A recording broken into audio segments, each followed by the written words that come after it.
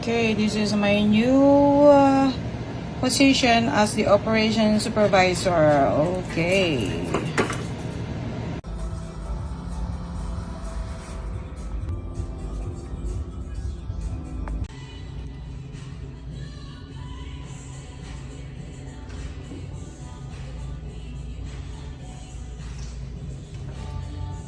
I'm just taking a break at this point.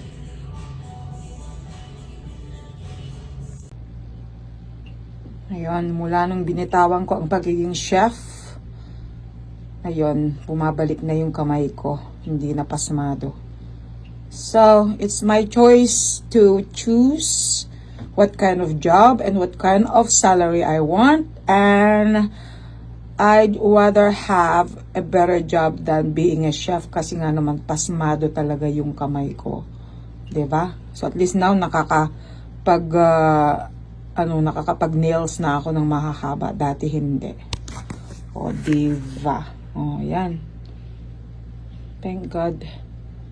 So, I use my brain. Hindi yung magiging loyal ka sa pagiging, mo sa isang trabaho, pero you are suffering.